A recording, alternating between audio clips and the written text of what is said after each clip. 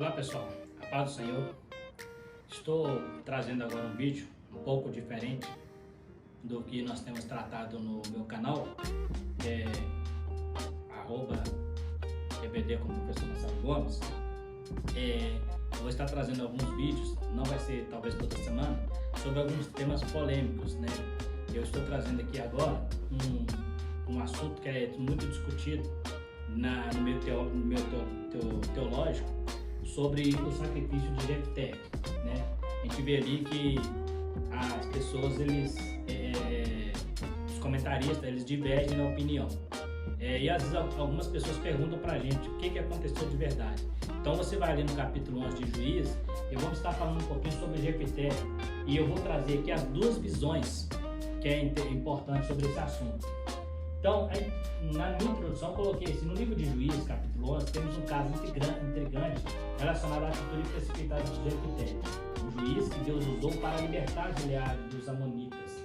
Ele fez um voto onde fala que, voltando da batalha contra os amonitas, o que saísse à sua porta ofereceria ao Senhor em holocausto. Será como foi isso? E é o que vamos analisar. Então, será que realmente Jefté, quando ele volta da batalha dos amonitas, ele faz um voto, quando ele vai para a batalha, ele faz um voto: se o Senhor desse os amonitas na mão dele, que o que sai da porta dele, ao voltar da batalha, ele ofereceria para o Senhor um holocausto. É interessante que a palavra holocausto, na verdade, no original, ela significa realmente entregar queimar sobre o altar. Mas a gente vai analisar alguns pontos, né? Se você pegar alguns comentaristas, há comentaristas que vai depender do jeito que está lá no texto. Mas vamos trabalhar aqui alguns pontos e depois você faz a sua análise. Já vou deixar aqui bem claro que a minha opinião, eu defendo uma delas, né? São duas opiniões aqui, eu defendo uma delas, mas não quer dizer que é absoluta, que é a minha ideia. Se você discordar, não tem problema. Talvez você quer ficar com a primeira opinião de que realmente ela foi queimada. Mas a gente vai te mostrar aqui alguns argumentos que devem ser pensados quando se trata deste assunto. Então vamos analisar aqui. A primeira coisa: algumas interpretações que afirmam que Jefté realmente ofereceu sua filha em sacrifício sobre o altar. Por isso foi lamentada sua virgindade, pelo fato de ela não continuar a linhagem de Jefté. Estarei trazendo algumas observações que devem ser levadas em consideração. Então, quem sabe você viu lá e não, realmente ela foi queimada sobre o altar. Mas vamos observar o que realmente aconteceu e vamos ver se realmente foi isso que aconteceu. Primeiro, alguns pontos a serem observados. O texto diz que ele fez um voto logo ao receber o Espírito do Senhor.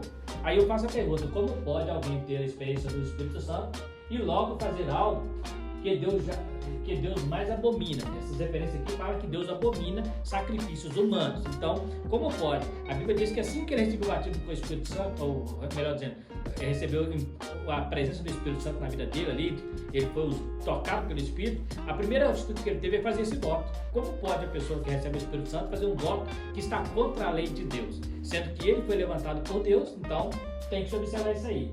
Alguns dizem que, por estar rodeado de pessoas rebeldes, ele foi influenciado e que não conhecia a lei.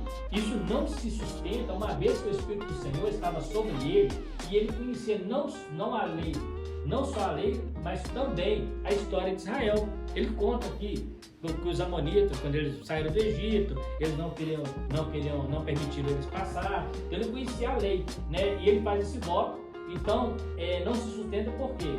E outra coisa, o fato de ele estar rodeado de pessoas rebeldes, e Davi também esteve, né? Davi, do mesmo maneira que se juntou a ele pessoas amarguradas, aconteceu com Davi. Isso não influenciou Davi em nada. E outra coisa, se ele foi levantado como juiz de Israel, como que Deus levantaria um ímpio e não o transformaria primeiro, não transformaria o coração dele, né? Então é importante observar isso. Aí você diz: mas Sansão se desviou, mas no início não, só no final, né? Quando ele começou a se envolver com a mulher ali, no capítulo 3 lá, você vê a história. Mas aqui é só ponto para se observar, não estou dizendo que é a minha verdade, né? Então, você tem que pensar nisso. Como pode uma pessoa, na mesma hora que ele recebe o Espírito Santo, ele comete um pecado e fala: vou fazer isso em nome do Senhor, vou matar alguém sobre o altar, que era um sacrifício a Moloque. Como que pode uma pessoa que recebe o Espírito Santo falar assim: agora eu vou praticar idolatria? Eu estou cheio de Espírito Santo, agora vou fazer coisa errada, né? Então não há consistência nisso aí. No versículo 37 e 38, ele permitiu que a jovem chorasse sobre a idade por 2 meses, algo que não teria sentido se ela realmente fosse morta. Qual sentido teria? Ela chorou 2 meses a virgindade, a Bíblia não diz a morte dela, né? Vamos mais aqui.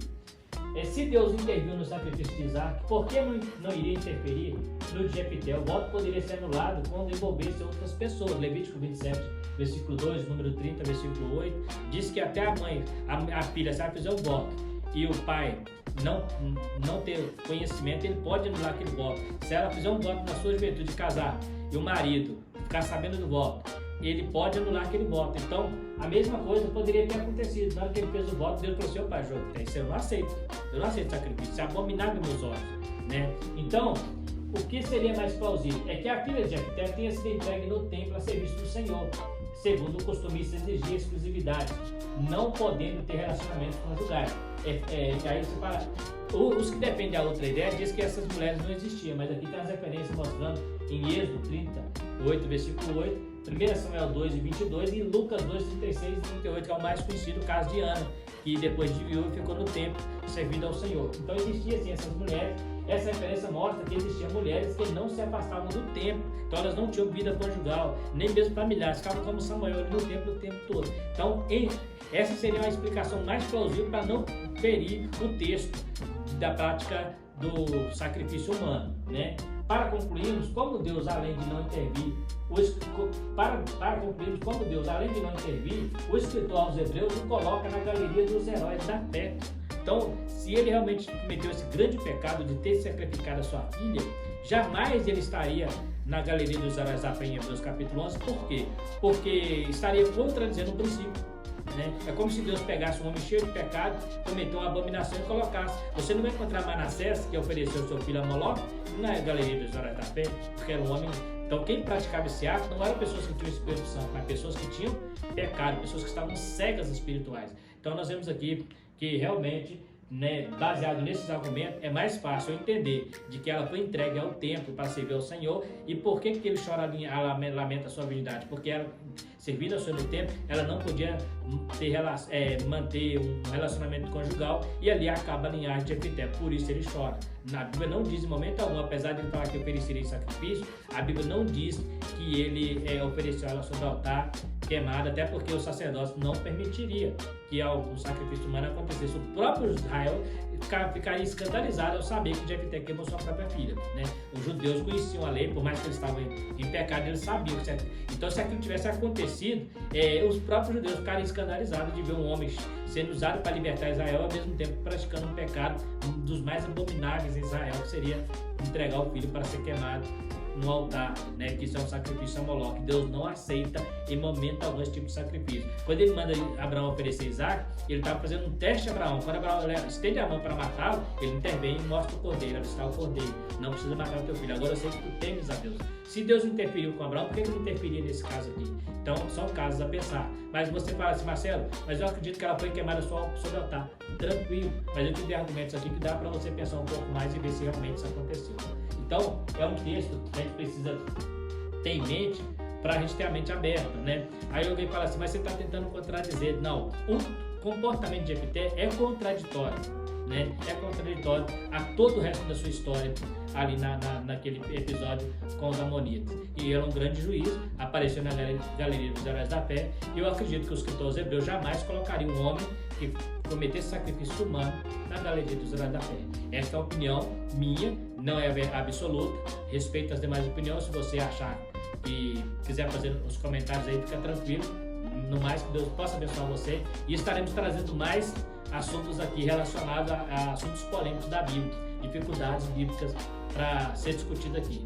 E você pode ter toda a liberdade também, se quiser, estar sugerindo para nós alguns assuntos para estar sendo trabalhado aqui nesse quadro que eu estou abrindo agora no canal. No mais, fiquem todos com Deus, e até a próxima, e até o próximo vídeo de dificuldades bíblicas, se Deus quiser.